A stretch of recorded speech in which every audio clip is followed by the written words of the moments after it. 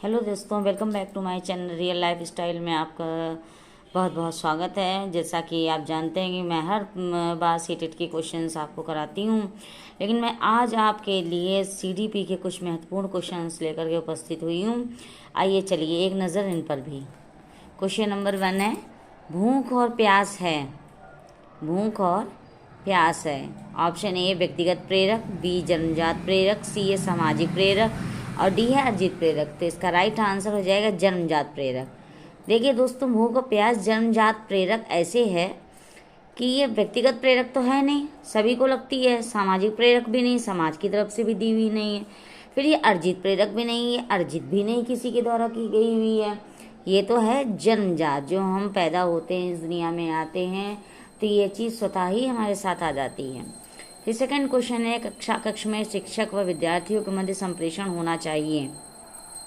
कक्ष में शिक्षक विद्यार्थियों के मध्य संप्रेषण होना चाहिए। ऑप्शन ए है पाठ्य पुस्तक केंद्रित, बी विद्यार्थी केंद्रित, सी शिक्षक केंद्रित और डी है उद्देश्य केंद्रित। तो इसका राइट आंसर हो जाएगा उद्देश्य केंद्रित। फिर नेक्स्ट क्वेश्चन है, यदि कोई बच्चा विद्यालय में हमेशा देर से पहुंचता है तो आप क्या करेंगे। दोस्तों कंडीशन देखिए पहले क्या है कि विद्यालय में बच्चा हमेशा से देर से पहुंचता है तो क्या आप करेंगे। यदि आप टीचर हैं तो उसे डांटेंगे ताकि वह यह गलती दोबारा न दोहराए, या फिर प्रधानाचार्य को बताएंगे। उसके माता पिता संपर्क करेंगे, बच्चे से बातचीत करके उसके कारण को जानने का प्रयास करेंगे। तो आई थिंक इसका राइट आंसर हो जाएगा डी। ठीक है, बच्चे से बातचीत करके उसका कारण जानने का प्रयास करेंगे। वर्तमान समय में शिक्षा का सबसे उपयुक्त उपागम कौन सा है। ऑप्शन ए दिया गया हुआ है व्यवहारवादी उपागम, सृजनवादी उपागम, संरचनात्मक उपागम और डी मानवतावादी उपागम। तो इसका राइट आंसर है सृजनवादी उपागम। फिर नेक्स्ट क्वेश्चन है, स्कूलों में अधिकतर शिक्षकों में अपने छात्रों के लिए किसका सर्वाधिक अभाव पाया जाता है। ए स्नेह, बी क्रोध, सी दोषारोपण, डी घृणा। तो इसका राइट आंसर है घृणा। नेक्स्ट क्वेश्चन है, परीक्षा में विद्यार्थियों से किस प्रकार के प्रश्न पूछने चाहिए। ए स्मृति एवं समझ पर आधारित, बी वस्तुनिष्ठ एवं विषयगत, सी समझ एवं अनुप्रयोग आधारित, डी केवल वस्तुनिष्ठ। तो इसका राइट आंसर है सी समझ एवं अनुप्रयोग पर आधारित।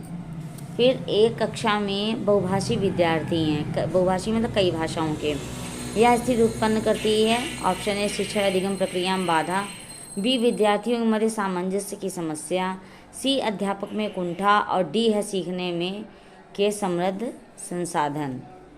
तो इसका राइट आंसर हो जाएगा डी सीखने के समृद्ध संसाधन। फिर नेक्स्ट क्वेश्चन है, यदि कक्षा में पढ़ाते समय आपको महसूस होता है कि अचानक सभी बच्चे पढ़ने में रुचि नहीं ले रहे हैं तो आप क्या करेंगे। ऑप्शन ए कोई ध्यान नहीं देंगे और पढ़ाना जारी रखेंगे, बी पढ़ाना बंद कर देंगे, बच्चों को ध्यान देने को कहेंगे, या फिर कारण जानने का प्रयास करेंगे। तो इसका राइट आंसर हो जाएगा डी कारण जानने का आप प्रयास करेंगे। ठीक है, फिर नेक्स्ट क्वेश्चन है, निष्पत्ति लब्धि AQ का सूत्र होता है। Option A AQ upon MA upon CA into 100। तो इसका ऑप्शन ए देख लीजिए, फिर बी, सी और डी, इनको ध्यान से देखिए और इसका राइट आंसर हो जाएगा D AQ equal to EA upon MA into 100। ठीक है, इसके बारे में मैं आपको पहले भी बता चुकी हूँ। फिर नेक्स्ट क्वेश्चन है, उच्च प्राथमिक स्तर पर शिक्षा को क्रियात्मक शोध का ज्ञान होना चाहिए क्योंकि वे। ऑप्शन है इसके माध्यम से बच्चों की समस्या की पहचान कर सुधार करने का कौशल विकसित कर पाएंगे, बी अपना स्वयं का विकास कर पाएंगे, सी बच्चों को प्रभावी ढंग से पढ़ा पाएंगे, डी शोध करने का कौशल विकसित कर पाएंगे। इसका राइट आंसर है ए, इसके माध्यम से बच्चों की समस्या की पहचान कर सुधार करने का कौशल विकसित कर पाएंगे।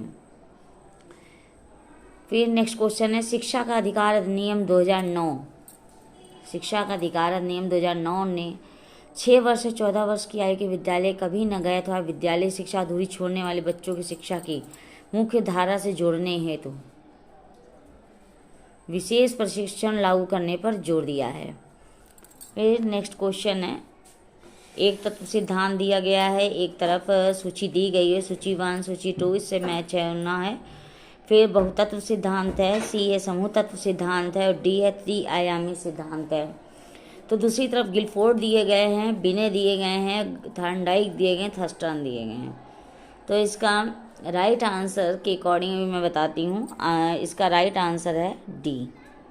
तो इसका देखिए, इसका ए से एक तत्व सिद्धांत का बिने से मैच हो जाएगा, और बहुतत्व सिद्धांत का हो जाएगा थॉर्नडाइक से।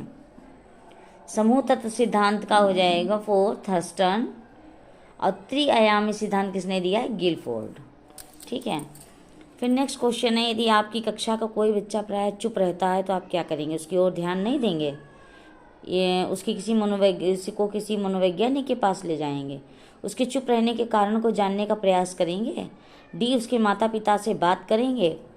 13 है, इसका राइट आंसर हो जाएगा उसके चुप रहने के कारण को जानने का प्रयास करेंगे। फिर नेक्स्ट क्वेश्चन है, सतत एवं व्यापक मूल्यांकन से क्या तात्पर्य है? ये दोस्तों बहुत ही इम्पोर्टेंट क्वेश्चन है। ये जो क्वेश्चन है आपका, ये काफ़ी इम्पॉर्टेंट है। नियमित रूप से मासिक परीक्षा लेंगे, सीखने की प्रक्रिया के दौरान शैक्षिक एवं शैक्षिक क्षेत्रों को नियमित रूप से आंकलित करेंगे। फिर सी है, नियमित रूप से कक्षा में गतिविधियां आयोजित करेंगे, और डी है, अंक या ग्रेड प्रदान करेंगे। तो इसका राइट आंसर हो जाएगा बी, सीखने की प्रक्रिया के दौरान शैक्षिक एवं शैक्षिक क्षेत्रों को नियमित रूप से आंकलित करेंगे। फिर बालक केंद्रित शिक्षा के अंतर्गत क्या सम्मिलित नहीं है? ए, गृह कार्य प्रदान करना, बी, बालक को प्रश्न पूछने के लिए प्रेरित करना, बालक के अनुभव को प्राथमिकता प्रदान करना, और डी है, बालक की सृजनात्मकता को बढ़ावा देना। तो इसका राइट आंसर है गृह कार्य प्रदान करना।